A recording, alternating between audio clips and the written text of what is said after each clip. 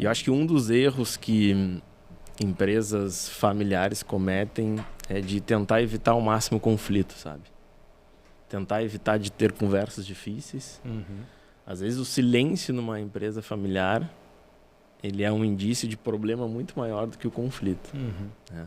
Claro que tu tem que procurar, digamos, profissionalizar esse conflito. Existem métodos hoje, existe mediação para isso, né? Existem muitos trabalhos que podem ser feitos para profissionalizar isso.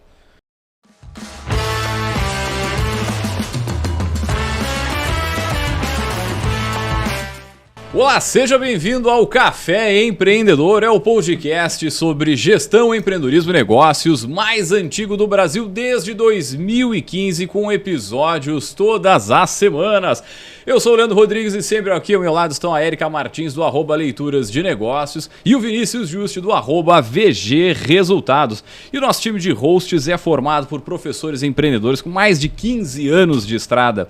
E aqui no Café a nossa missão é falar a verdade nua e crua sobre criar, desenvolver negócios com pautas específicas, histórias empreendedoras e muito mais. Então aproveita para seguir o Café Empreendedor aí no @café_empreendedor. E para todo esse trabalho aqui, nós sempre falamos em nome dos nossos parceiros. Agência Arcona Marketing de Resultado. Impulsione o seu negócio com design, tráfego e registro de marcas. Chama no Instagram no @Agência Arcona. E também falamos para a VG. A VG existe para mostrar que resultado não é sorte, é método. Por isso, ajuda a empresa a enxergar com clareza e crescer com consistência, unindo finanças, processos, estratégia e gestão de pessoas em um só caminho. VG Resultados, gestão inteligente, resultados consistentes. Segue lá no @VG Resultados no Instagram. E lembrando, é claro, que o café é gravado aqui direto do Espaço Núcleo, então aproveita para seguir a turma aí no @coworking.núcleo. Fala, pessoal, tudo tranquilo na Santa Paz? Buenas, né? Deixa o bom dia, boa tarde, boa noite pra Érica. Lembrava o endereço do estúdio? É, né? Que Uber. barbaridade. Eu tive que ir no Uber, peguei no Uber ali a lista dos contatos frequentes.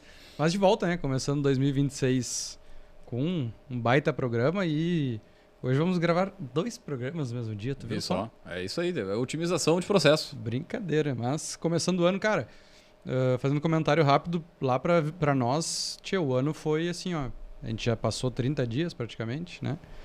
Tirando os feriados, 30 dias úteis. Mas começou um ano antes do carnaval. Primeira vez que eu vejo isso acontecer. O pessoal não esperou o carnaval, depois do carnaval, para começar o 2026. Já começamos a 1000. Muitos projetos, muitas propostas. E olha que o carnaval é cedo esse ano, hein?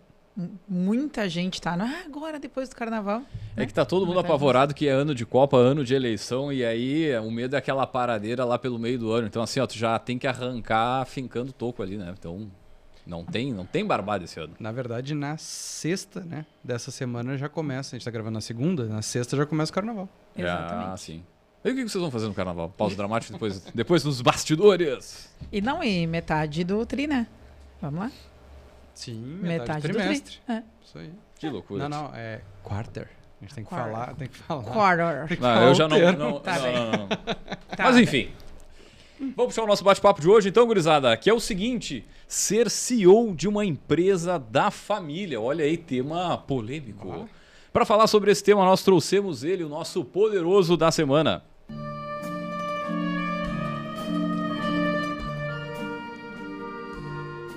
Muito bem, gurizada, para falar sobre esse tema, nós trouxemos o João Pedro, ele que é CEO da Casarão, uma empresa familiar. João, seja muito bem-vindo aqui ao Café Empreendedor. E antes de mais nada, né, nós sempre pedimos para os nossos poderosos contar um pouquinho da trajetória. Quem é o João? Seja bem-vindo. Bacana, agradeço demais o convite, prazer estar aqui. Parabenizo vocês por todo esse tempo, desde 2015, com o podcast. Pô, legal, parabéns. Gente, o João Pedro Neves, atualmente CEO da Casarão, herdeiro, digamos assim, né, sucessor dessa empresa de 52 anos. Voltando um pouquinho, talvez, na minha infância, e prometo não falar de toda a minha vida aqui, obviamente, mas falando um pouco da minha infância, eu via muito meu pai trabalhar muito, se dedicar muito, ser, digamos, o provedor ali da família, aquele cara que chegava tarde, saía cedo. E desde da minha infância, talvez da minha adolescência, eu tinha muito aquilo como referência, né? Meu pai, hoje ele ainda é, obviamente, a minha maior referência, o cara que eu me orgulho muito de ser filho. E desde então, ali, desde os meus 14, 15 anos, eu já tinha meio que uma decisão tomada de que vou seguir os passos do meu pai, vou trabalhar na empresa. Mas uma decisão tomada lá aos 14, 15 anos, ela não é uma decisão profissional ou racional, digamos assim. Ela é muito mais, ela é predominantemente emocional, concorda? Uhum. Então, a partir dali eu comecei seguindo de fato os passos do meu pai, fiz direito, não me formei, enjoei do direito na metade, saí. Mas comecei como estagiário no jurídico da imobiliária aos 17 anos. Fui passando por outros setores, aí de fato entrando na empresa na Casarão, porque o jurídico era uma empresa à parte. Então, no administrativo, financeiro, passei por vários outros setores. Não dá para dizer que foi um processo de trainee, porque não tinha estruturação, sabe? Não era algo bem estruturado. Mas... E eu fui com o tempo... E aí tem uma coisa muito interessante, é que por conflitos e outras coisas, eu me dei por conta de que eu poderia sair da Casarão. Teve um momento que eu me dei por conta de, talvez não vá seguir aqui, vejo que eu tenho condições de talvez traçar outros passos, outros caminhos. Mas o mais interessante é que foi nesse momento também que eu consegui ter a consciência de que eu estava ali, porque era um lugar que eu me desenvolvia como profissional, como pessoa. Então passou a ser uma decisão consciente eu estar na Casarão. E hoje eu trago isso com bastante clareza na minha vida, de que eu estou na Casarão hoje por eu estar me desenvolvendo, por eu estar conseguindo entregar um resultado, ter entregas.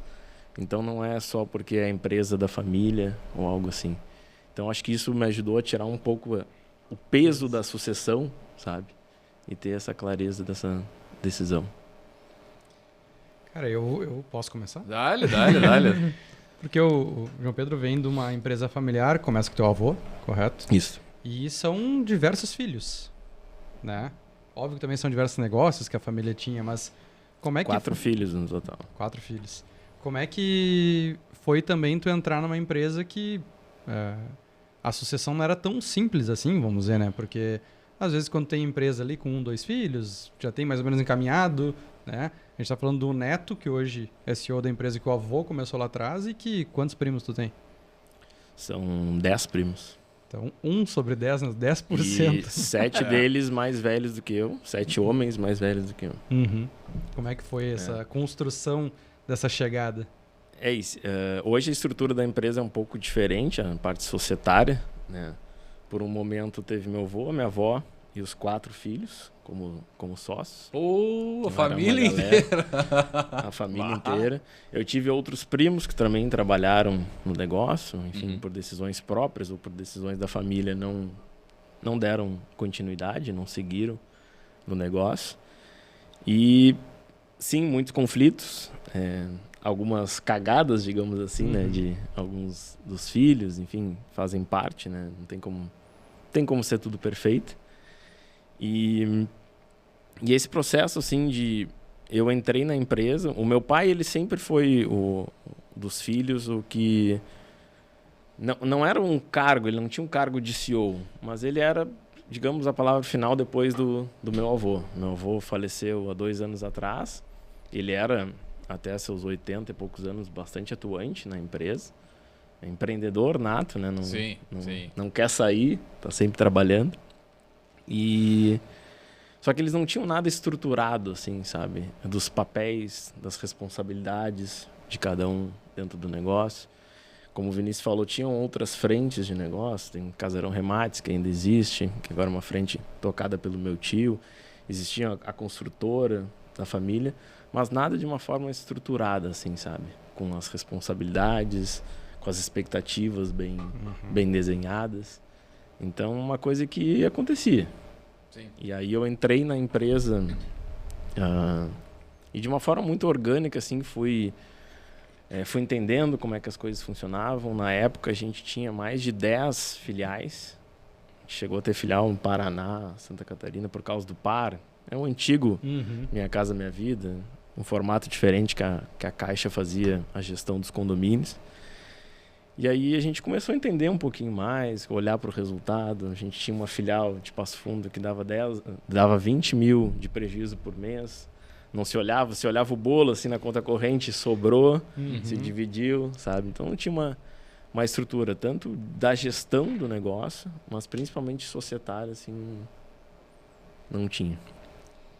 E como é que foi essa evolução, assim, né, da tua participação, vamos dizer assim, ocupando espaço? Pois vamos lá, vamos fazer um exercício de imaginar como é que é o cenário, assim. Tu tem 4 irmãos, 2 avós, e aí essa ocupação de espaço dentro da família ela é complexa porque muitas vezes não predomina apenas a parte técnica, a parte de resultado, predominam outras questões emocionais, né, muitas vezes.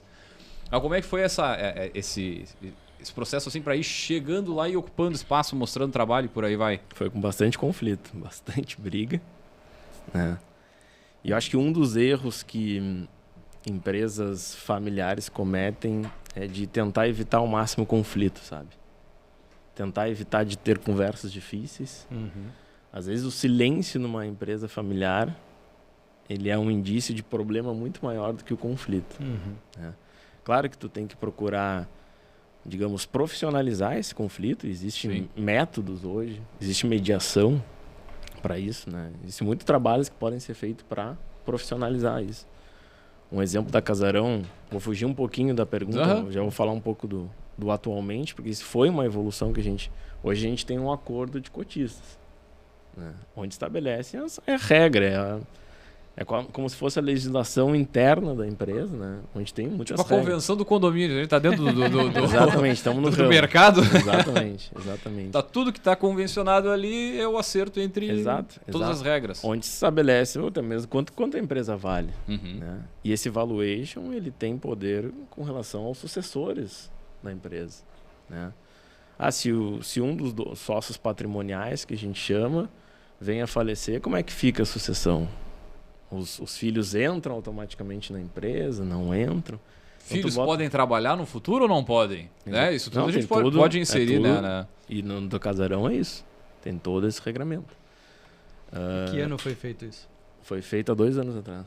Imagina. Esse acordo de cotistas. Tá, eu tenho que perguntar assim, a cláusula, uma delas, assim, a mais, não vou dizer brigada, mas mais difícil de aprovar dentro da legislação ali da empresa. Eu acho que foi o próprio valuation da empresa, porque tu tem que olhar para os ativos que a empresa tem, o patrimônio que ela tem, mas no mercado imobiliário tu tem dados de mercado que tu tem que olhar. Então, hoje, como é que se faz uma compra e uma venda de uma imobiliária?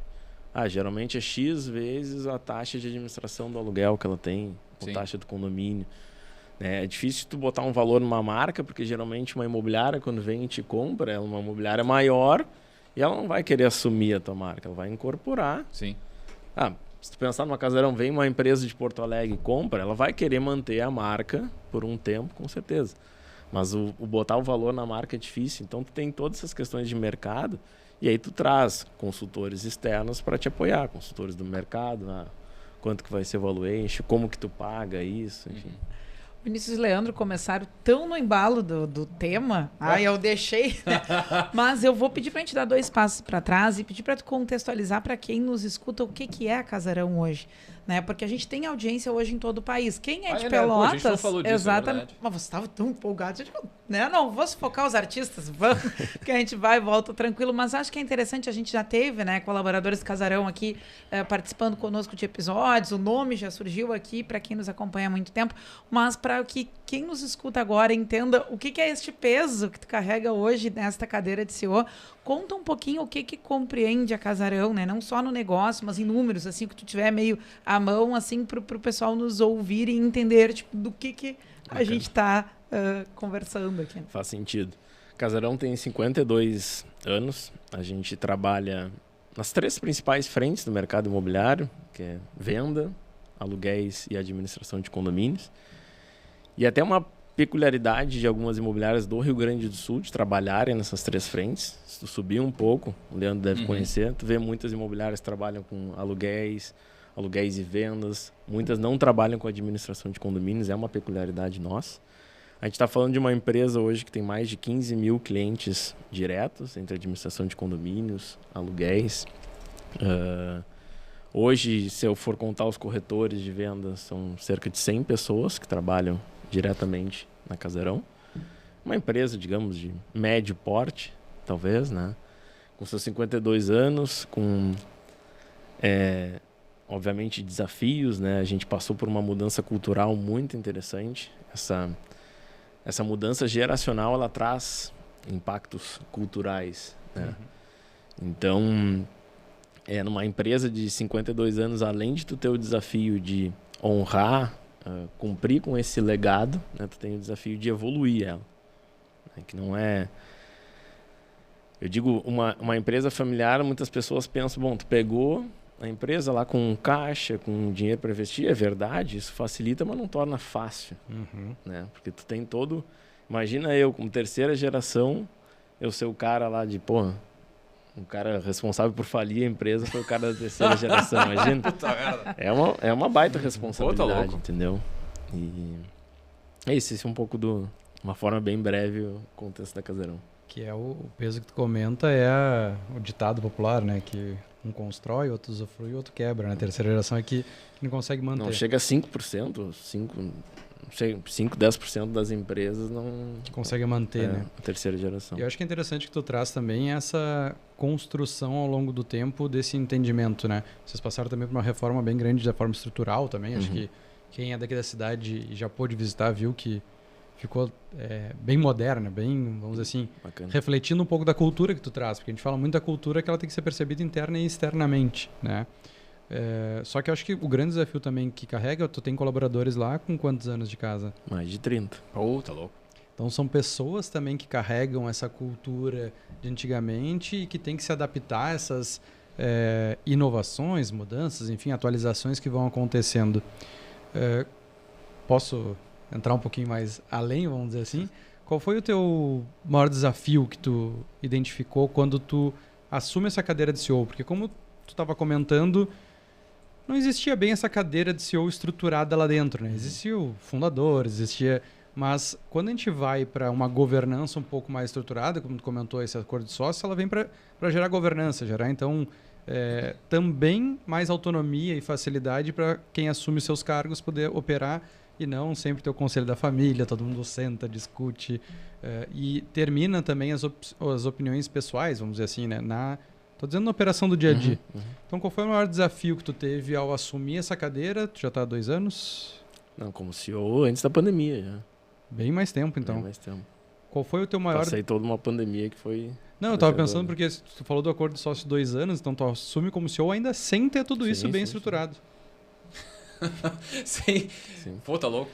É que sempre foi uma coisa muito orgânica, né? Foi acontecendo, as coisas foram acontecendo.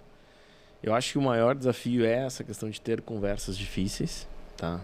Como eu disse, eu tenho gente que está há mais de 30 anos já na Casarão e foram pessoas que conseguiram se adaptar a essa nova cultura. Porque a Casarão mudou muito. Mudou. Talvez vocês olhem externamente, vem essa mudança, a estrutura física é um exemplo, mas internamente ela mudou muito. E ela precisa ser interna, né? Começou internamente para depois se tornar algo externo. Então esses desafios de mudança de geração, porque é isso, eu tinha pessoas lá dentro que era quase que o braço direito do meu pai, entendeu? E que estão lá dentro ainda, mas conseguiram se adaptar, viram que vinha coisa para melhor. Então saber colocar as pessoas certas no lugar certo, então um pouco desses desafios aí. E nessa história aí, 52 anos, né? Eu conheço histórias de outras empresas que são do ramo, que tem essa mesma... Me lembro de uma delas, São Paulo, né? Que atravessa, está indo para a 4ª geração em 70 e poucos anos de história. E eu quero saber de vocês assim, o seguinte, o que tu traz lá do teu avô, em termos de cultura, em termos de valores, que ele perdura, assim, tipo, ele atravessa esses 50 anos... E provavelmente vai atravessar mais 50 aí na sequência. Como é que era o nome do avô? Sérgio Neves. Sérgio Neves. O que ele deixou em termos desse legado assim de cultura e valores para vocês? Quando a gente fala em evoluir uma empresa que tem todo esse legado, a gente não pode perder a alma do negócio, né? Os valores do perfeito. negócio. Então, a ética que vem através da confiança, que é um dos nossos pilares / valores, digamos assim. Então, a proximidade, a confiança e a referência. Acho que essas são as coisas que eu mais trago do meu avô. Qualquer mudança, tu vai e olha para isso. Com certeza. Tem que estar linkado com isso. Vamos usar a inteligência artificial para fazer atendimento. Vai lá e olha se está de acordo com o que a gente quer. Tem que olhar, isso vai melhorar para o nosso cliente. A gente tem que olhar para 3 frentes, né? Isso vai melhorar para o nosso cliente, como é que vai ser para o público interno e a questão do resultado. Se isso vai trazer dinheiro ou não, né? A Casarão hoje é uma empresa extremamente humana. A gente olha muito para os nossos colaboradores, só que ao mesmo tempo a gente sabe que são pessoas que estão ali para entregar um resultado. É uma empresa privada, precisa dar lucro no final do mês. Então, esse equilíbrio, sabe? De tu ter o lado humano, tanto para o cliente interno como para o externo, mas também a questão da entrega do resultado. Hoje a Casarão ela tem distribuição de lucros, PLR. Ano passado a gente distribuiu quase que um 15º salário para todo mundo. Mas esse ano, por exemplo, a gente não bateu a nossa meta financeira do ano passado. Eu tive que ir lá na convenção da imobiliária e dizer, gente, esse ano a gente não vai ter distribuição de lucros. Conversas difíceis. Eu queria estar ali para dizer, vamos ter e tal, mas o acordado foi, se nós não batêssemos a nossa meta financeira, a gente não teria distribuição de lucros. E eu estou aqui para dizer isso para vocês. E como é que é, aí, tocando no tema do nosso programa, que é ser CEO de uma empresa familiar. Ok, falar isso para os colaboradores. E na convenção dos sócios? Da família? Como é que foi apresentar esse resultado de não alcance? Hoje, a estrutura societária é o meu pai e meu tio apenas. Tá. O meu avô faleceu, a minha avó saiu, fizeram a distribuição para os 4 filhos e meu pai e meu tio compraram a parte dos outros 2 filhos na Casarão Imóveis. Como é que são os meus rituais com eles? Todo o mês eu me reúno com eles. Eles ainda vão na imobiliária, eles têm alguns hobbies, digamos Eles devem assim. fazer os negócios deles, né? Eles têm os contatinhos deles não vão perder, assim, né? E manter o cara vivo. Vamos combinar, né? Claro, obviamente. Mas tu sabe que o lado comercial não é uma coisa que meu pai, nem meu tio, nem eu tenho. A gente é muito mais da gestão, da parte administrativa. Tanto é que nós somos muito mais fortes em aluguéis, que é a administração, do que em vendas, como exemplo. Mas hoje, por exemplo, meu pai está em Punta del Este desde o começo de fevereiro, vai ficar até o final de fevereiro. Que beleza! Coisa boa, né? Mas isso é uma coisa que eu me orgulho também. Essa é uma entrega minha para a empresa. Mas eu tenho rituais mensais que eu me encontro com eles. A gente fica toda uma tarde, onde a gente analisa o resultado do mês anterior, tudo ali. Eu projeto as metas com eles. Eu falo dos principais projetos. Hoje eu me aprofundo pouco assim nos projetos, sabe, nas coisas que estão acontecendo, porque eles não querem saber também dos detalhes das coisas. Eles vão olhar aquela última linha ali, tá dando mais distribuição, não tá, como é que estão as coisas.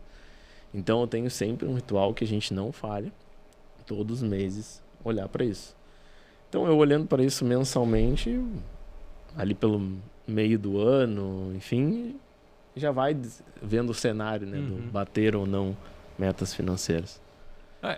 O ponto que chama a atenção é o profissionalismo, né? Exatamente. Porque o título, né, é empresa familiar, CEO da empresa familiar.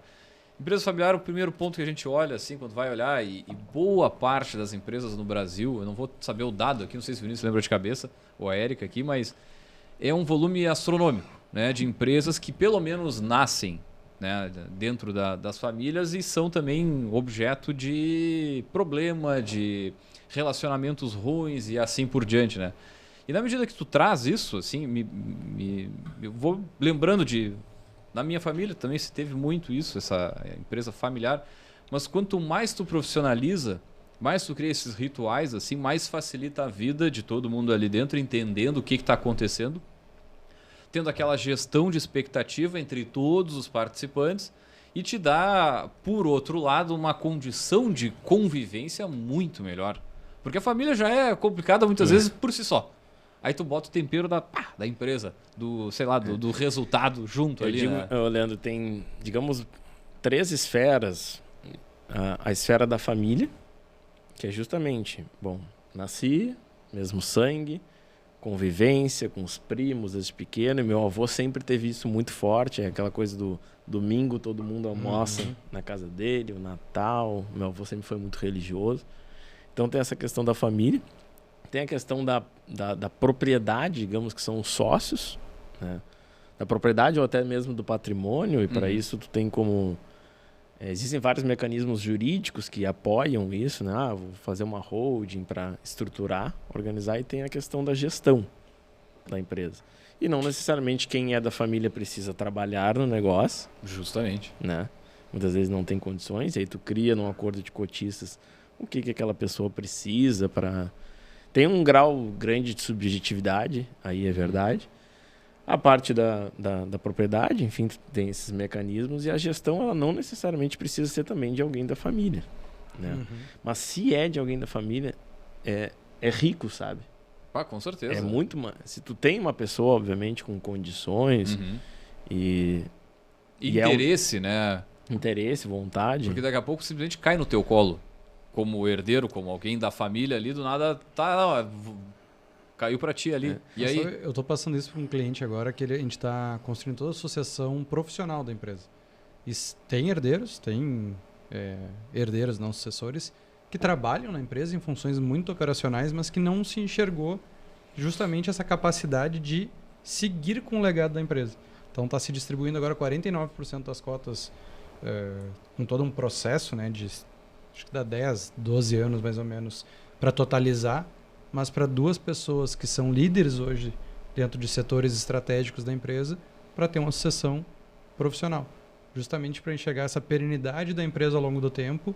Então, não é somente ter o sangue, né? Mas sim ter a condição, ou que também interesse. Nesse caso, são as 2 coisas. Não existe um interesse por parte dos filhos, vamos dizer assim, e também condição de ter... É quase que está trabalhando lá para um hobby, né? Então, tem outros objetivos de vida. E tem que mostrar esse interesse, né? Não dá apenas para dizer... Eu, sei lá...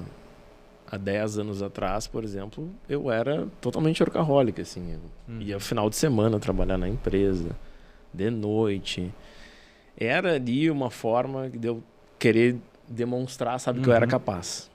Porque o herdeiro tem muito... Tem um peso maior. Eu sempre tive na minha trajetória essa necessidade de demonstrar que eu era capaz. Porque tu fica com alguns medos, assim, de ser apontado e dizer, aquele lá é um privilegiado. Ele tá aí só porque ele é filho do dono. E é fato que eu cheguei a ser CEO rapidamente, assim, porque eu sou filho do dono. Isso é fato. Mas não é o mesmo que me mantém nesse cargo hoje. São duas coisas. Uma é tu acessar o cargo, outra é tu permanecer te manter e fazer com que a empresa exista, né? Continue no mercado e crescendo. Tá louco. Exatamente. Deixa eu botar na roda aqui experiência pessoal, né? Em que momento, onde é que foi a virada de chave do sentido assim, de tu tá tocando ali e pensar, agora tá tudo comigo. Porque uma coisa é ser titular do cargo, né? Outra coisa é no dia a dia, conforme, né?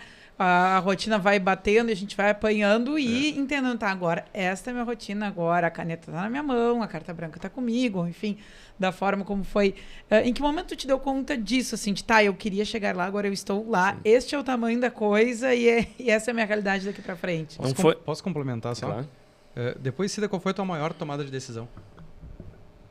Bom, voltando na pergunta da Érica, não foi algo estruturado, não fui preparado, digamos assim, para ser o CEO, até porque tinham 7 primos homens mais velhos que eu, né? E então, alguém já tinha dito, eu quero?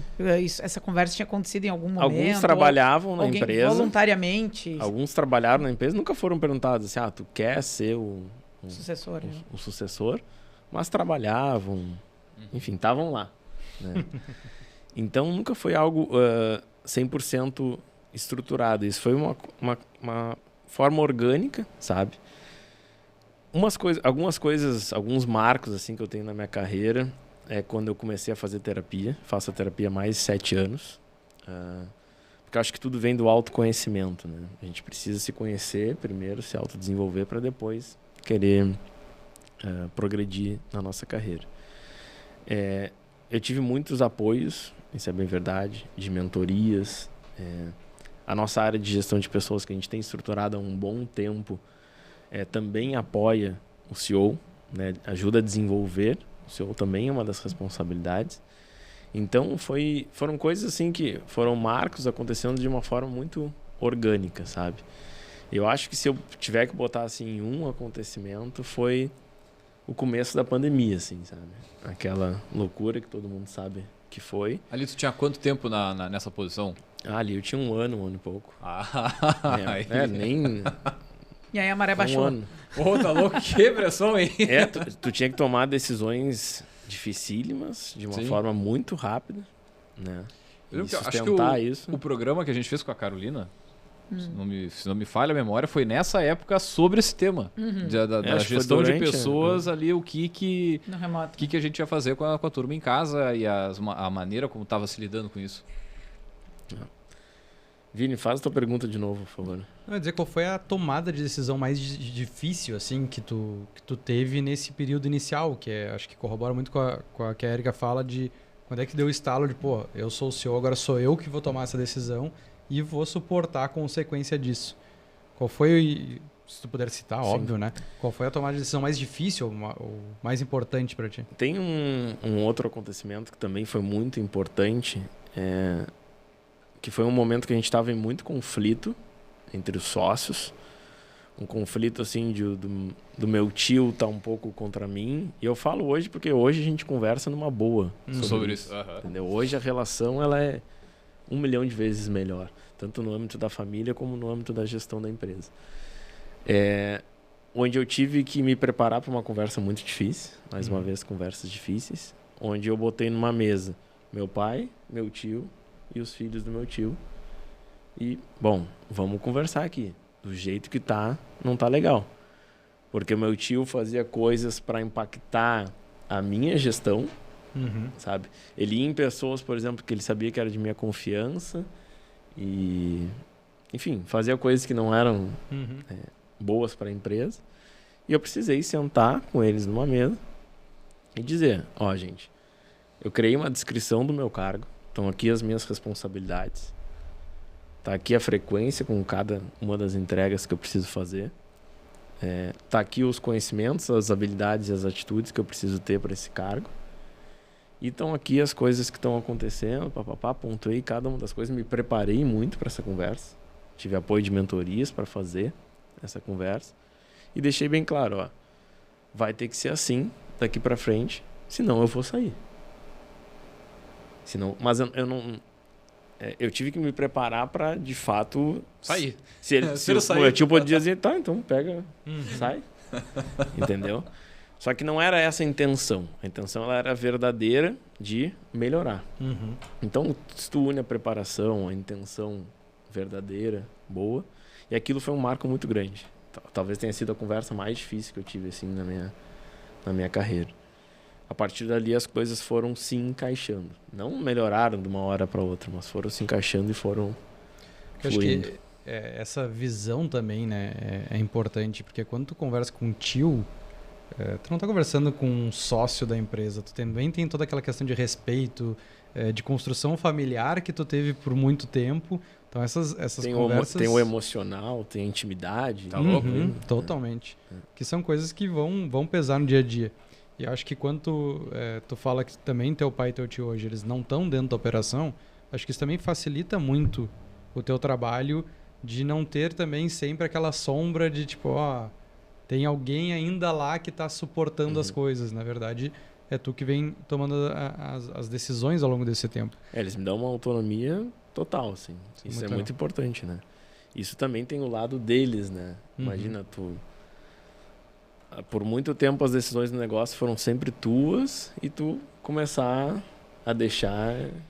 é doído. No mínimo é doído. Os guris fizeram terapia também, não? Não fizeram. Era pra essa geração mais velha é difícil de entrar no... É mais difícil, né? Pô, tá louco. Muito bem. de novo, ainda na questão da experiência pessoal, né? Como sou psicóloga, não adianta, né? Não fuge. Cada um vai pro seu, Não sua área, desse olhar, né? Para quem veio parar aqui nesse episódio, ou porque quer ser, ou porque vai ter que ser um CEO do negócio da tua família, né? O que tu diria? O que tu falaria com base na tua experiência, em como tu enxerga esse processo hoje, né? Para quem tá tendo que passar por isso, seja por escolha ou por falta de escolha, né? Mas que tá se preparando, ou que tá entendendo que isso está vindo, né, para sua realidade, para o seu horizonte, ou que às vezes até se sente particularmente tocado em dar continuidade a uma história de uma família, né? Ou ajudar em algum momento difícil, assim. Essa questão do herdeiro que adentra, né, pro local com uma posição já mais ou menos, né, desejada ou desenhada, assim. O que tu diria a partir da tua experiência para quem veio parar aqui nesse episódio com essa vivência? Érica, o herdeiro, acho que eu já até pincelei um pouquinho isso, ele vai ter alguns medos que vão acontecer. É o medo de ser julgado, isso de, bom, olha lá, tá lá o privilegiado, que não fez nada, mas tá lá. É o medo de, às vezes, ficar na sombra do pai, sabe? É o medo de não ser valorizado. Então, essas coisas vão acontecer. Esses julgamentos, eles são naturais. Eles vão acontecer, essa questão de ser privilegiado. As pessoas vão te julgar. E aí é tu demonstrar o teu trabalho, sabe? Muitas lideranças, elas entendem que... Entendem que tem que ter aquela capa de super-herói, né? De saber exatamente tudo, de ter a resposta para tudo. Mas hoje eu vejo que liderar é tu sustentar e enfrentar essas conversas difíceis, sabe? O conflito, ele vai acontecer, é inevitável. E o julgamento, ele vai acontecer, mas tu tem que ir provando o teu trabalho. Eu errei muito, sabe? Errei muito. E um jovem, quando entra assim numa empresa, tem aquela questão do ritmo, né? Tu quer tudo as coisas para ontem. Eu passava pelos corredores da empresa sempre bufando, sabe? Porque tu dava aquilo para a pessoa não fazia no ritmo que tu pensava que ela tinha que fazer. O que acontecia? Tu pegava aquilo e fazia. Aí tava lá o João Pedro de madrugada trabalhando, final de semana trabalhando. Aí tu aprende a delegar, né? Sair do micro pro macro, contratar pessoas boas, botar as pessoas certas no lugar certo. Não tem muita receita de bolo, sabe? É trabalhar, é enfrentar, isso todo mundo já sabe, né? E a constância e a perseverança de evoluir. Um pouquinho. Agora eu vou botar outra pergunta de estimação também, que eu sempre gosto de fazer, né? O que tu demorou para aprender nessa posição e depois que tu aprendeu, tu nunca mais recorreu no mesmo erro, no mesmo equívoco, enfim? Eu acho que essa questão do delegar, sabe? Eu sou um cara que eu sou bastante perfeccionista, entendeu? Então, para mim, ainda é uma questão difícil o delegar. Eu sempre fico com aquela questão de, se eu fizer, eu acho que vai ficar melhor. Mas aí, quando tu começa de fato a delegar, tu vê que, cara, aquela pessoa... Talvez a primeira vez que ela vai fazer aquilo, ela não vai fazer tão bem como tu fez por 1 ano, por 2 anos. Mas depois, aí tu faz, vou fazer um videozinho desse processo, de como é que ele é. E aí a pessoa, tu vai ver daqui a 2, 3 meses, ela tá fazendo muito melhor que tu. Então esse processo de delegar, de não achar que tudo tu vai resolver, a questão dessa agilidade, de respeitar o tempo das pessoas é muito importante. Hoje a tua estrutura, tu como CEO, e tu tem quantos líderes abaixo de ti? Gerentes, diretores? Eu tenho 9 gerentes abaixo de mim. Eu tenho pessoas com certeza qualificadas para serem diretores, mas não é uma necessidade da empresa, entendeu? Então isso a gente olha muito a necessidade da empresa. Tenho 9 gerentes e 2 gerências têm coordenadores ou supervisores abaixo. É um total de 13 ou 14 líderes. Uma empresa de quase 100 colaboradores.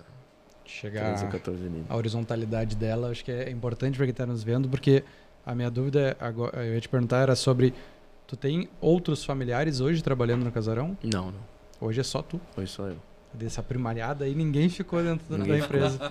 E esse crescimento dos cargos de liderança, eles vêm também com esse olhar de de pessoas que estão há mais tempo, ou vocês também buscaram gente no mercado já mais capacitado? Não, a gente tem pessoas também que a gente busca no mercado.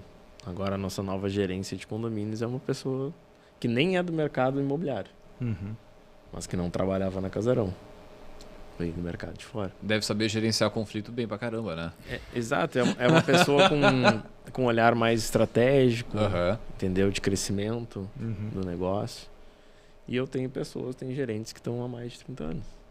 E tu comentou que tu tem fizeram guinadas de carreira dentro da Casarão muito interessantes. A Carol é um exemplo delas. A Carol é formada em marketing. Começou lá como assistente de marketing nossa e hoje é gerente de gestão de pessoas. Não, e dá palestra no Brasil inteiro aí agora, né? Não, talento. Não, eu ia te perguntar se teus rituais também com os teus gerentes, porque tu comentou sobre essa tua rotina com os sócios, né, como CEO. Eu acho que é legal também para passar para quem está nos escutando, porque sempre tem aquela dúvida de... E aí eu pego muitos casos na consultoria de... Eu não sei qual é a minha responsabilidade sendo diretor, eu não sei qual é a minha responsabilidade sendo gestor. Então eu faço um pouco do operacional, mas o que é ser diretor de uma empresa? Eu acho que quando tu traz alguns exemplos aqui, eu acho que é importante para quem está nos escutando para entender exatamente essa responsabilidade do cargo e o que tu passa a fazer e que tu deixa de fazer. E aí tu já deu alguns exemplos aqui. Eu acho que é legal a rotina que tu comentou também com os sócios de mensalmente ter um report. Mas e com a tua equipe? Hoje vocês têm também entregas que... rituais, reuniões que eles te apresentam esses números para tu passar adiante, porque, vamos lá, pegando exemplos que a gente tem bem claro aí, tem o cara que gera o relatório, confere o relatório, gera o dashboard, apresenta, não dá mais para fazer tudo isso, né? O custo do controle não pode ser maior do que o do ganho, né? No final das contas. Eu tenho reuniões semanais com os meus gerentes, então eu tenho uma formalidade de ter reuniões semanais, onde a gente olha para os OKRs, que é estar olhando para o resultado também. A gente olha para os projetos. É uma reunião mais macro assim, de cada uma das áreas, de cada um dos setores. Aí a cada trimestre, a cada final de trimestre, eu reúno todas as gerências, tá? Que aí é uma reunião muito mais voltada para resultado financeiro, olhar para orçamento, como é que estão as coisas. Então, tem esse ritual. E eu tento fazer a cada trimestre, mas ano passado foi a cada semestre, uma reunião 1 a 1 mais para olhar para a carreira, sabe? Mais para comportamental. Que acaba que também são coisas que tu aborda na semanal. Então, às vezes acontece com uma estruturação semestral, não trimestral muitas vezes. Eu tenho, por exemplo, a Carol, ela participa de várias reuniões com os gerentes de negócio. Eu tenho as áreas de apoio, que é marketing, financeiro, gestão de pessoas, e eu tenho as áreas de negócio.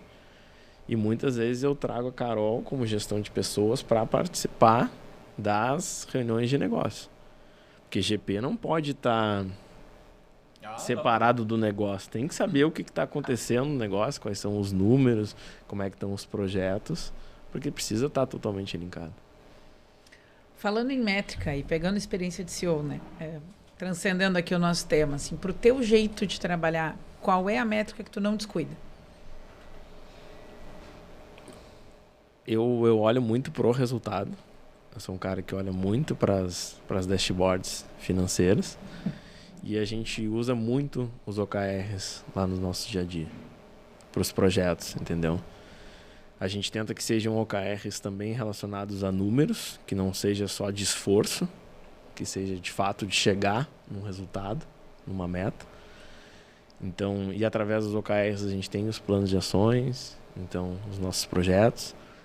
O ano de 2026, ele vai ser um ano que a gente vai olhar muito para a eficiência operacional do negócio, por essas questões de calendário, enfim, tudo isso a gente entende que talvez a gente vai ter menos oportunidades, então a gente vai precisar agarrar, ser eficiente, converter essas oportunidades que a gente vai ter.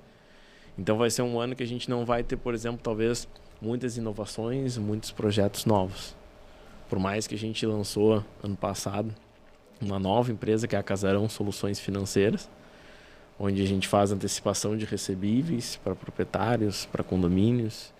Então tu tem um imóvel alugado lá por 12 meses, eu antecipo os teus 12 meses com a intenção que tu faça algo relacionado ao imóvel, né? Que tu faça uma manutenção, uma benfeitoria.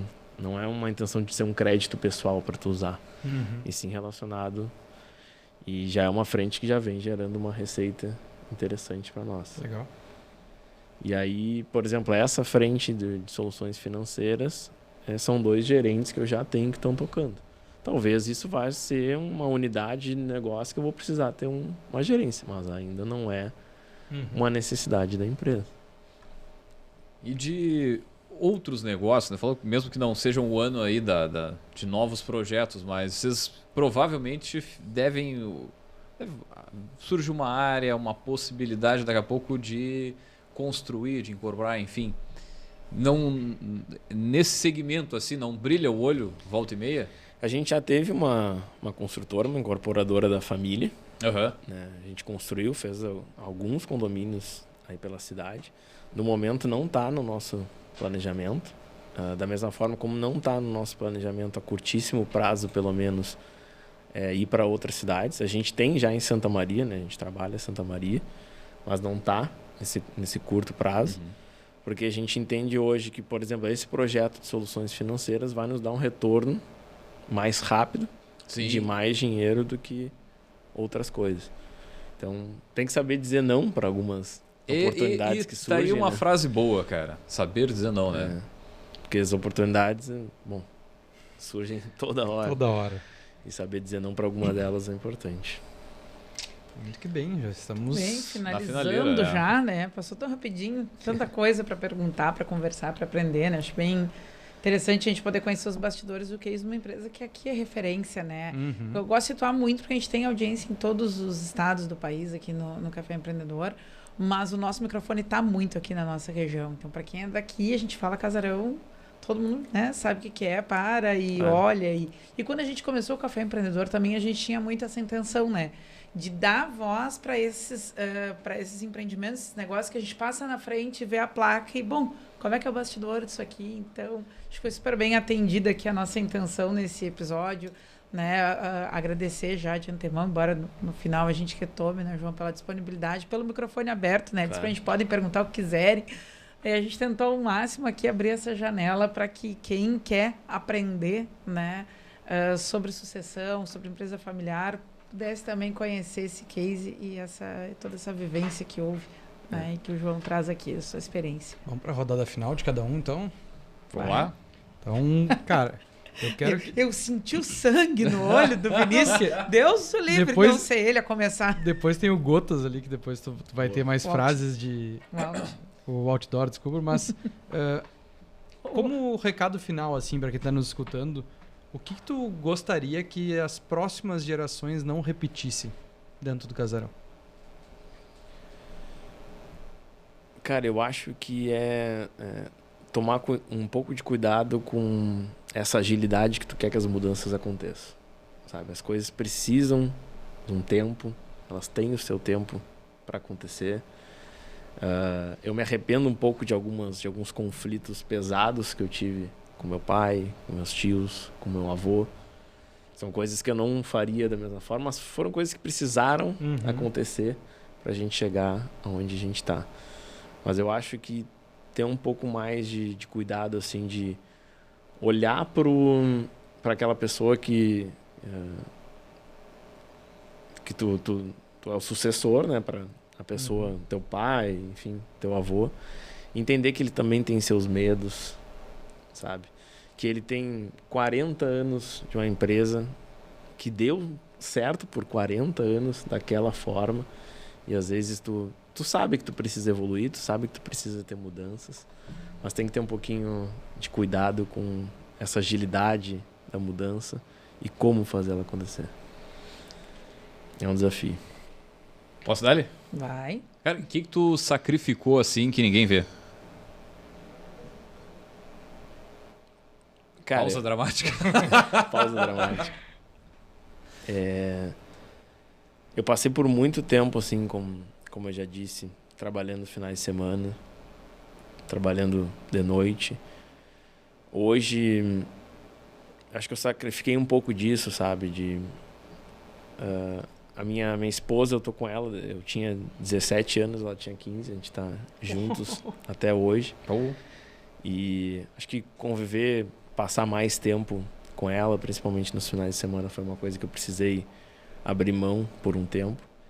E hoje eu tenho muito orgulho de saber que o João não é indispensável para a empresa. Então, eu tenho muitas pessoas na empresa que são melhores que eu, que poderiam assumir o meu cargo tranquilamente. Isso é um orgulho para mim. Pô, tá louco. Sabe? Daqui a pouco tu pode ir pra Punta del Este ali. Exato. Mas, cara, hoje eu tiro férias e eu não preciso envolver em nada. Acho que esse é o ponto, né? Tu poder também usufruir das coisas que tu quer oferecer para os seus colaboradores, né? E isso é uma das coisas que eu mais falo. Eu sempre brinco, eu gostaria de tirar 90 dias de férias por ano. Esse é o maior objetivo como dono de uma empresa.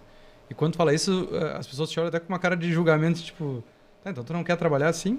Esse é o grande objetivo de tu também ter um negócio, né? Só que tu não precisa tirar umas férias eternas de ter uma sucessão. Tu pode ter uma operação tão bem organizada a ponto que tu possa tirar, sei lá, 10 dias por mês.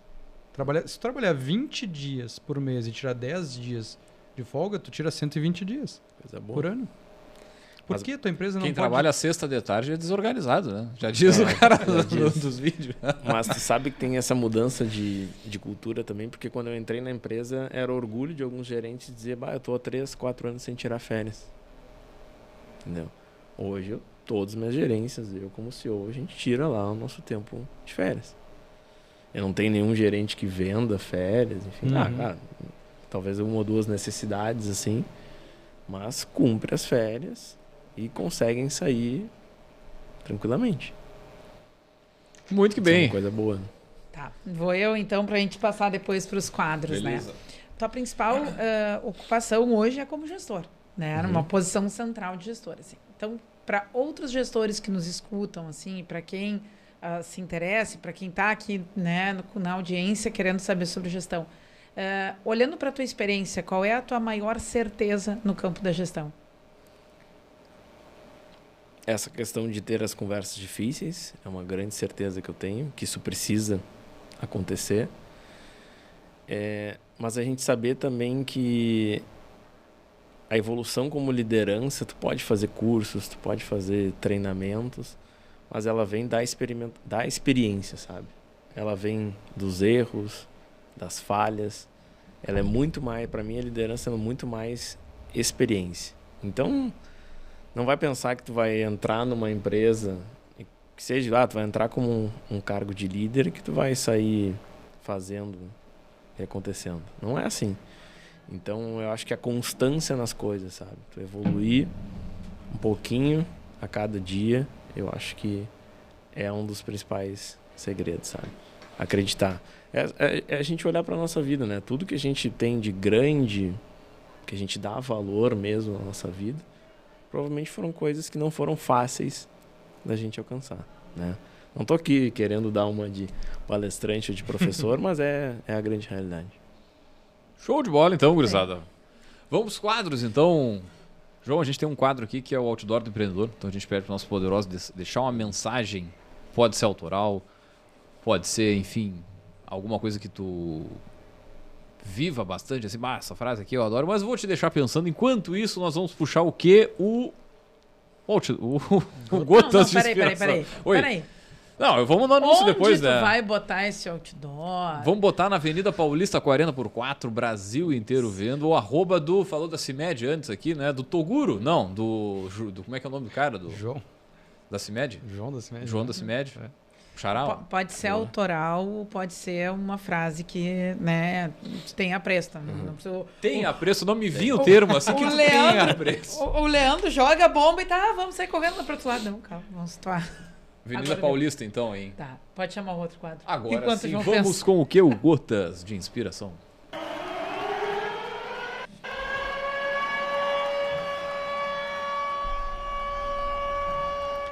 Conversar com clientes para tentar entendê-los é como escavar um delicado sítio arqueológico. A inspiração anda muito alta aí. Tu achou que o retorno das férias ia ser fácil? Não. Tu entendeu a frase? Vamos de novo. Não, deixa eu citar que é curadoria de Martins Érica, diretamente da nossa estante Não, do porque empreendedor. Eu não peguei de primeira. Conversar com clientes para tentar entendê-los é como escavar um delicado sítio arqueológico. É com muito tato, com muito... É na manha. É na É manha. lento, assim, Muito e bem. o que conta a história da nossa empresa são os clientes. Da onde saiu isso, Érica Martins? Saiu de uma resenha do @Leituras de Negócios. Gente, a nossa dica de leitura de hoje é um livro chamado O Teste da Mãe. O autor é Rob Fitzpatrick. Ele fala o seguinte, né, que quando a gente tem uma ideia de negócio, a gente, né, tende a validar ela com... Ele bota aqui a figura da mãe, mas insira aqui, né, o seu relacionamento familiar mais próximo, mãe, esposa, parará, e que as pessoas tendem a concordar porque as ideias são nossas. Então a gente fala, que legal, vai dar muito certo, vai ser isso. E esse livro, ele vai trazer uma proposta de como é que a gente conversa com clientes para testar se uma ideia é boa, mesmo se o cliente potencial for a mãe, né? Ou alguma figura de apreço, assim, né? Ele ensina a fazer perguntas para entender o que os clientes querem, né? E ele parte dessa situação, né? De um diálogo ali onde ele estaria perguntando para a mãe dele, mãe, tive tal ideia. E aí, né? A mãe, vamos, vai ser bom, é ótimo, todo mundo precisa.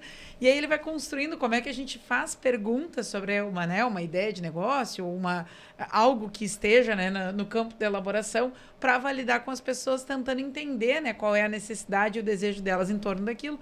Por isso a frase, né, que o Vinícius lia, assim, se a gente perguntar, né, só no perguntar o que o cliente quer, nem sempre aparece ali exatamente o que ele está precisando ou o que ele está disposto a pagar, né? Então é isso que esse livro diz. Ele, né, debocha, ele dá uma provocada.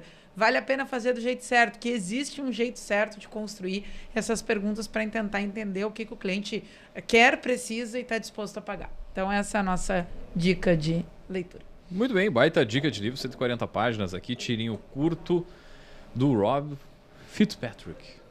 Muito bem, baita dica. Deu tempo aí, João? Deu tempo. Então vamos lá. Posso ter 2 outdoors? Claro. Posso? Fugir um pouco do script. Bota de um lado e do outro lado do auditório, duas frases diferentes. Perfeito. O maior risco de uma empresa familiar não é o conflito, é o silêncio. Bom. E sucessão não é repetir uma história, é ter coragem de evoluí-la. Muito bom também. Então, essa primeira aí me lembra da minha família, porque a gente passou boa parte do que tu falou aqui, a gente viveu assim, né? E é bem isso. Muito bem, Gurasa. Pausa dramática, né? Vocês deram até um silênciozinho. Fiquei refletindo aqui na... Jabá.